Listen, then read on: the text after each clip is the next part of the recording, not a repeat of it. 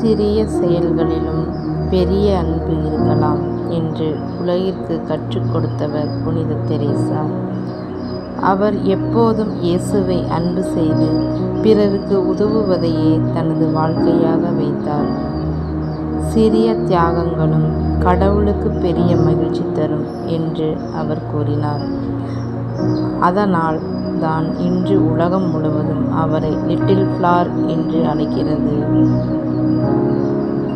நாமும் அன்புடன் வாழ்வோம்.